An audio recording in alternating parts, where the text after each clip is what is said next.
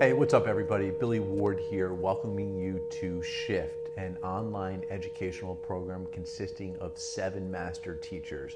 Within this first tier of our Shift program, we want to help you process this moment in time. And today we are gifted with a light walker, a presence, a master teacher, Matthew Dwyer. Welcome, Matthew. Hey, Billy. Thanks for having me. Thank you so much for being here. Before we jump into what you've been up to the last couple of months, just want to briefly acknowledge all those suffering and certainly anyone who has been dealing with any loss of life. We want to express our condolences and let you know that we are praying for you. Matthew, with all that in mind, what have you been up to? What has this pandemic looked like for you? Yeah. Man, every day is different, and I live with my partner, and we've mostly been sheltering in place. Today is one of the first days I've left with a couple runs to the grocery store, and I know I'm not supposed to, but a couple times to visit my father and see what he's been up to.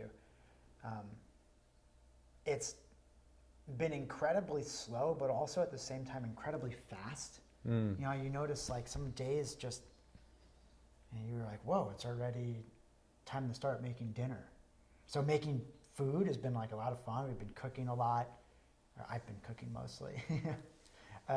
Cooking a ton, practicing, a lot, or more than we would normally. And also connecting with a lot of people that I haven't connected with in a long time. Reaching out to family members, because of things like Zoom and all these other platforms. Even old friends I went to high school with, I'll meet up with them for an hour or two on the weekends and just support them how they need to be supported. A lot of them, for the most part, don't have some kind of practice or sadhana, so we just shoot the shit. Awesome. Yeah. Awesome.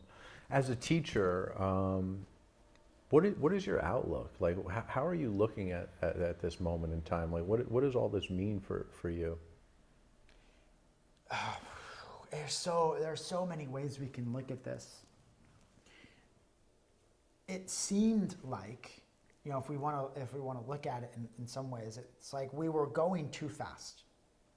Everything was too fast, and this is a way that it can help us slow down and be more reflective and contemplative in nature. But I also realize I'm saying that from a real place of privilege. I have a home, I have enough food, I am healthy, and the people around me are mostly healthy. Most people don't have that. I think that a lot of the world lives in poverty. I don't want to say I think, but people that, it's the truth. It's the truth. We're very privileged here. So there are people that can't sit back and say, yeah, great, this is a time for me to reflect on my spiritual practice. No, they're saying, how the hell am I going to survive today? So that doesn't mean that if you are in this place of privilege that you should feel bad about having the time either. I think that's important. Like, I don't think that I can sit here and be like, well, I'm not suffering as much as the other person underneath me is suffering, so therefore I shouldn't do anything. I think that's kind of a foolish way to look at things. I think it's one thing, we do need to be compassionate though. Definitely. So for those who do have some semblance of privilege and an opportunity maybe to reflect a little bit, what might that look like for you in terms of the slowing down and the pause that we're in? Yeah, I think a lot of people are uncomfortable at first, because so many things are ending. A lot of our jobs are ended. Our daily routines have ended. We don't know what's going to happen with our money. So essentially our money is ending. People's lives are ending. And that's really scary because this, we talk about death and like It's just different ways things die, and everything that's alive will die. And when we slow down and we start to see all this around us, it can kind of either pull people out in just kind of in this sort of maddening way, or it can pull people in, and we can be reflective, and we can contemplate our own death. We can, contemplate things that weren't working for us that we can change. So there's a real opportunity from what you're saying for contemplation and real honesty with ourselves as to maybe what's working and what's not working. You also talk pretty openly about death, and in knowing you, I know you do some hospice work. Mm-hmm. And I can't help but think that some of that work and some of those things that come out at that moment in time for somebody who is at the end of their lives, I'm wondering if there are any parallels between that and kind of what we're facing now as a collective world. Yeah. I answer all my questions starting with yeah. It's tuning in. What's going to come up? The people in hospice right now in nursing homes, my heart really goes out to them. People that I volunteer with and myself, we were kind of pulled back pretty early. Mm-hmm. So a lot of people are dying by themselves, and people are going into hospitals and their families can't follow them in. Mm-hmm. So I've gotten the chance to sit with people, while they were dying, and I've gotten to sit with some people as they've died. And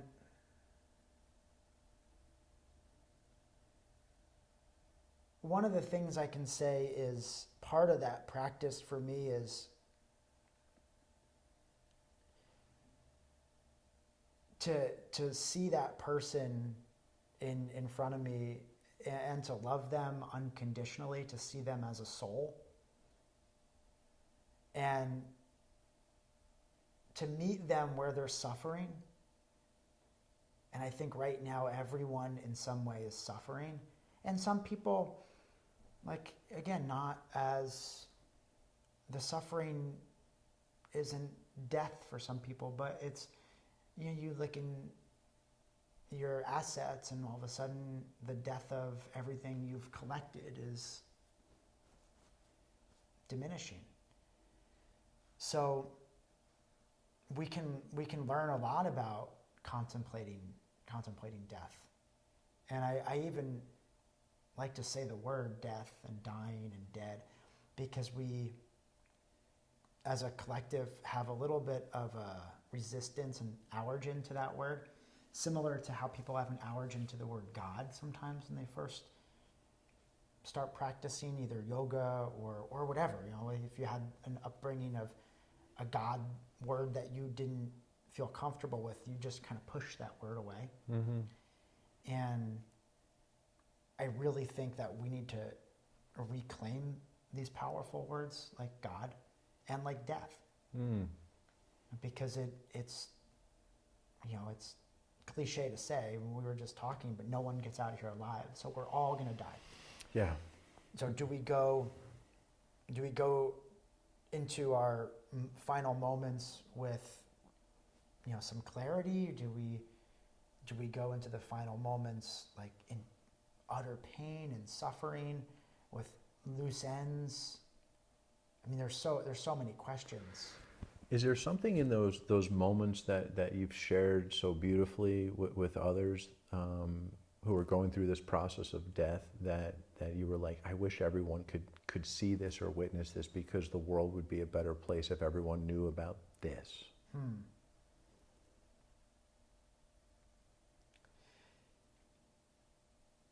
In my experience, everyone wants to be loved.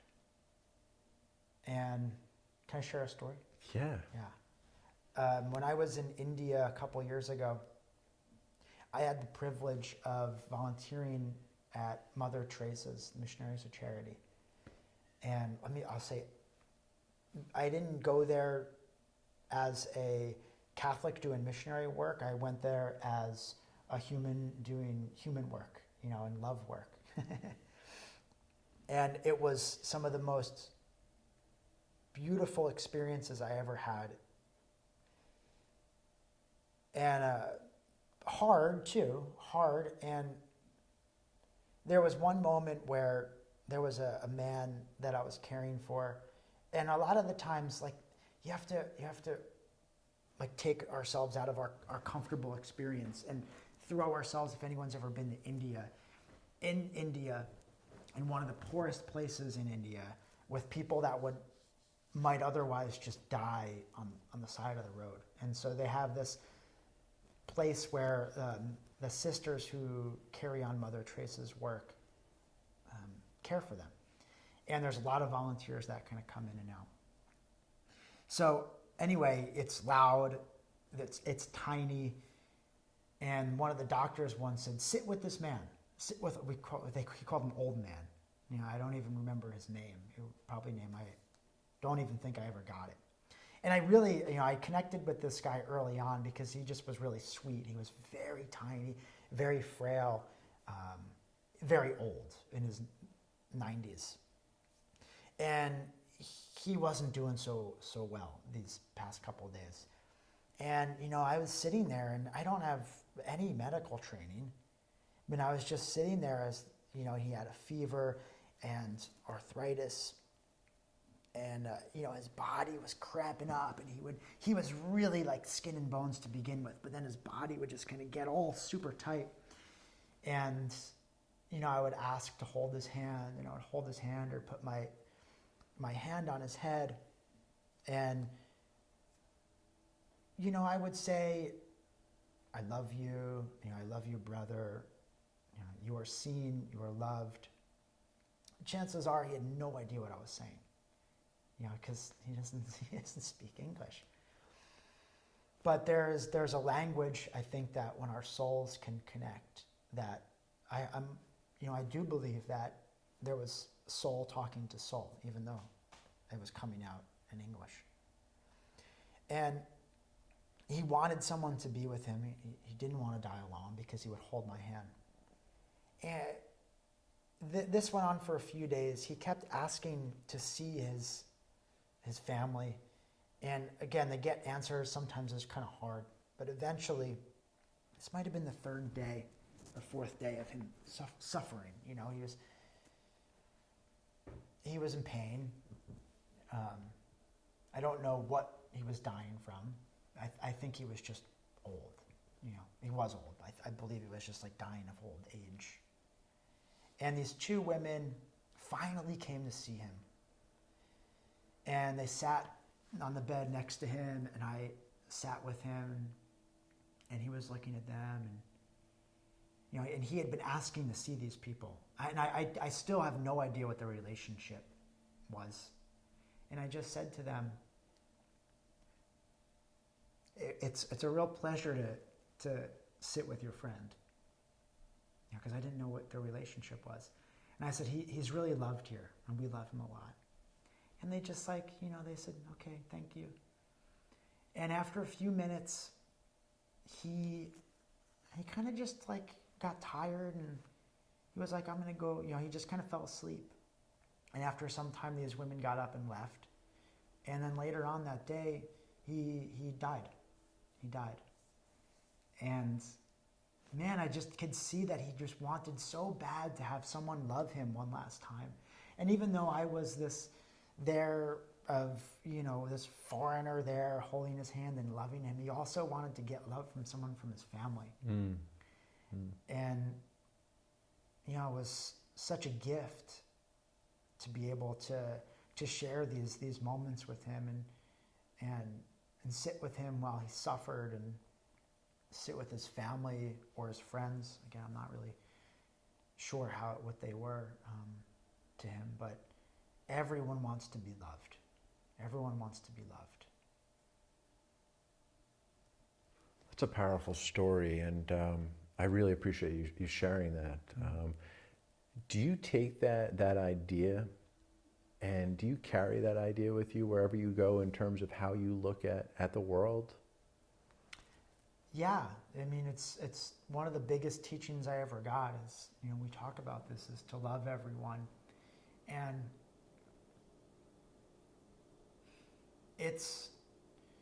everyone wants to be loved, but everyone also wants their love to be received.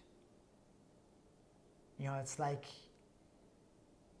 we like to do things. For many of us, we like to help. We like to like serve, right? And if that man or whoever I serve isn't there to accept my love, right? Then it's just who am I serving? So there's a service in accepting love too, of like letting someone love you, right? That man let me love him. My love was received, and vice versa. And then there's this other teaching that goes on top of that, because this is this practice of loving people from the place of the heart, right? That we also can't be attached to how our love is received. Because while that man was, in a place where he let me sit there and hold his hand, and, we had spent so much time, the other man next to him might have been and was a huge pain in the ass. Mm-hmm. And he was fussing and throwing shit, and like asking for extra food and complaining that he wasn't getting enough attention. And it's like, I have to go and love him just like I loved him. Mm-hmm. And he might just swear at me.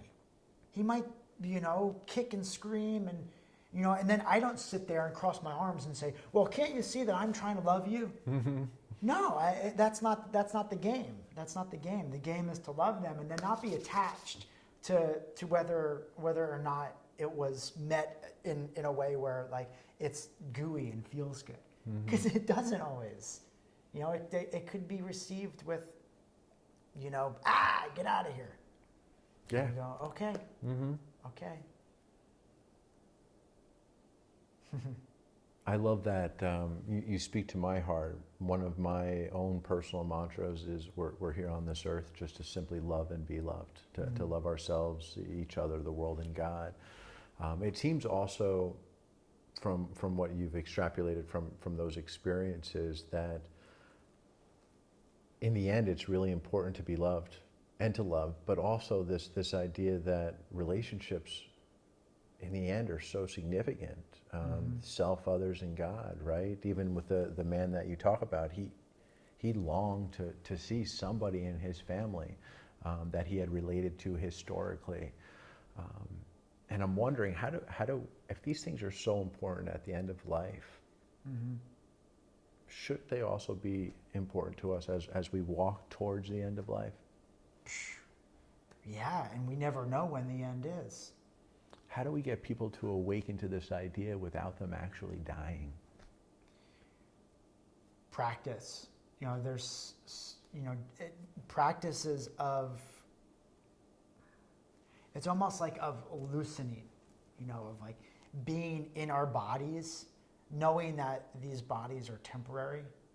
These bodies will one day fail. So not to be attached to this body and to really cultivate a relationship with the self. The capital S. Mm-hmm. Right, so then we can see the self in you and the people that are pissing us off, or the people that are loving us with open arms. So there's so many different ways that I think that we can have that relationship, and it looks different for everyone. Mm-hmm. I think it would be unfair to say that there's only one way to do something. Because if there was, we would all just do it. Yeah. That would be awesome. If there's one way to get the answer, then cool. Give me that Kool-Aid. Give me, But it's not. There's many ways up to the peak of the mountain. Mm-hmm. And some of them are really twisty and complicated, and most of them I think are. Most of them are. But I think it is really important to have a deep personal practice.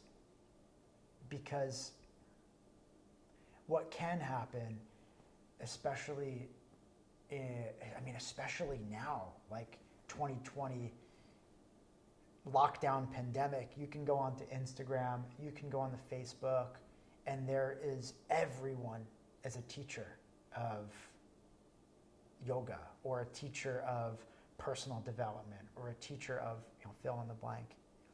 And it's all good. There's a lot of great stuff out there. But at a certain point, I believe that we need to start digging instead of just like taste testing. And it's fine. Like I like to I like flavors. I like to taste things too, and not be super rigid. Meaning if there are certain things that help our spiritual practice, we bring them in and we use them. And then if we don't have those things, then that's okay. We still can sit, or we still can do whatever it is that your practice is. Mm-hmm. Because if we don't, at the end of the day, if we don't have those things, well, we still have ourself, with capital S. Mm-hmm. So a lot of people have a physical practice, but one day your body might not work, and so on and so forth. And if we get attached to anything too much, then that will create a ton of suffering. So if someone's practice is just a physical practice, yeah, great. It's great because the somatic experience is beautiful. And so many people, I think, are disconnected with their bodies. So when we get more into our body, but then we also realize that this body isn't ours, right? Like if I lost my hand, I would still be me. Mm-hmm. I wouldn't be able to do handstands that great anymore. Mm-hmm. Not that I can do handstands that great to begin with. But you know what I mean? Yeah. Like at a certain point, so in my experience, the practice of bhakti yoga, I can always go back to the practice of bhakti yoga. That practice of love, the practice of devotion. I can always practice loving everyone, right? Whether my fingers work, whether my hand works, whether I remember a certain prayer, whether I can get up and, do some twirl or whatever it is, I can still always remember God, as long as the mind is still functioning. So the mind is actually a beautiful thing. So often I think it's, like I was saying previously, I think it's demonized. Yeah. I can't stop my mind. Mm-hmm. Okay. It was beautiful though. We can use it as a tool. I can't think of, I could probably talk to you all day and for a couple weeks, but I couldn't think of a better message or idea for us to talk about, but also for our audience to kind of take out. And it sounds simple, this idea of self-compassion and love everyone, but it's as you call it, it's a practice. And it's an imperfect perfection.